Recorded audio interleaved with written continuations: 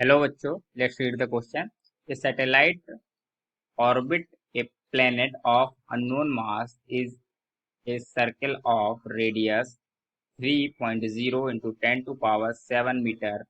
The magnitude of the gravitational force on the satellite from the planet is F is equal to 80 Newton. What is the kinetic energy of satellite in this orbit? Question में हमसे कहा गया कि एक satellite है जो किसी एक प्लेनेट के चक्कर लगा रहा है, लेकिन उस प्लेनेट का मास क्या है, अननोन है, हमें नहीं दिया गया क्वेश्चन में। और लेकिन हमें दिया गया है कि वो किस रेडियस में लगा रहा है, यानी कि उस प्लेनेट के सेंटर से अर्थ जो सैटेलाइट है उसके ऑर्बिट की डिस्टेंस है 3 इंटू 10 टू पावर 7 मीटर की डिस्टेंस पर है। और हमें कुछ और दिया गया है कि ग्रेविटेशनल फोर्स दिया गया है सैटेलाइट पर जो वो प्लेनेट लगा रहा है, जो उसकी वैल्यू हमें दी हुई है, एफ की वैल्यू 80 न्यूटन। तो पूछा यह गया है कि सैटेलाइट जो ऑर्बिट में घूम रहा है उसकी काइनेटिक एनर्जी क्या है। सबसे पहले हम डिस्कस कर लेते हैं की कॉन्सेप्ट को। क्वेश्चन में हमसे काइनेटिक एनर्जी पूछी गई है, तो हमें काइनेटिक एनर्जी का फॉर्मूला पता होना चाहिए। तो काइनेटिक एनर्जी का फॉर्मूला क्या होता है, जनरल फॉर्मूला लिखते हैं हम, हाफ एम वी स्क्वायर। यानी कि अगर हमें उस सैटेलाइट की वेलोसिटी पता चल जाए तो हम उसकी काइनेटिक एनर्जी लिख सकते हैं।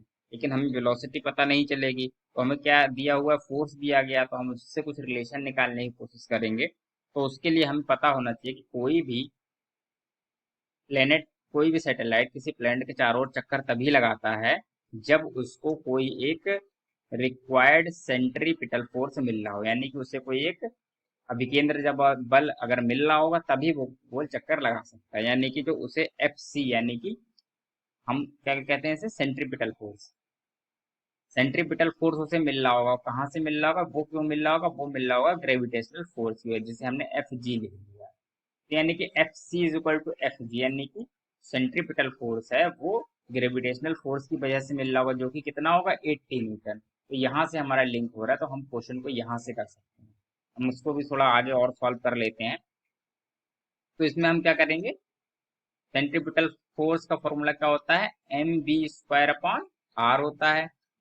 और एफ जी क्या होता है, एफ जी यानी ग्रेविटेशनल फोर्स, जो कि हमें क्वेश्चन में दिया गया, तो हम इसे एफ जी ही लिख लेते हैं हमारे कॉन्सेप्ट में। तो यही हमारा मेन कॉन्सेप्ट है क्वेश्चन का। ठीक है, चलिए अब क्वेश्चन सॉल्व। तो हमने क्वेश्चन में जो की कॉन्सेप्ट में ऊपर लिखा है, m v square upon r is equal to, हमने लिख रखा है एफ जी। इसको हम और आगे अगर सॉल्व करें तो हम लिख सकते हैं m v square is equal to F G into r. Okay, तो एम बी स्क्वायर हमें मिल गया यहाँ से। तो हमें पूछा क्या गया, काइनेटिक एनर्जी। तो हम काइनेटिक एनर्जी के फॉर्मूले में एम बी स्क्वायर की जगह ये वैल्यू पुट कर लेंगे, तो हमारा क्या हो जाएगा फॉर्मूला काइनेटिक एनर्जी का, हाफ एम बी स्क्वायर की जगह हम लिख सकते हैं F G into r. Okay, तो एम बी स्क्वायर की जगह हमने ये वैल्यू, तो अब हमें हमारा एक फॉर्मूला मिल गया जिसमें हम वैल्यूज पुट करके काइनेटिक एनर्जी की वैल्यू कैलकुलेट कर लेंगे। हाफ एफ जी की वैल्यू हमें क्या क्वेश्चन में गिवन है, 80 है, इंटू आर की वैल्यू भी हमें दी हुई है 3 इंटू 10 टू पावर 7 मीटर। इसको हम सॉल्व करेंगे तो ये हो जाएगा 40, यानी कि ये इससे कट जाएगा 40, और कितना हो जाएगा 120। 120 इंटू 10 टू पावर 7 जूल, ये हो जाएगी हमारी काइनेटिक एनर्जी। इसे हम रीअरेंज करके अगर लिखना चाहें तो ऐसे लिख सकते हैं, 12 इंटू 10 टू पावर 8 हमारा आंसर आ गया।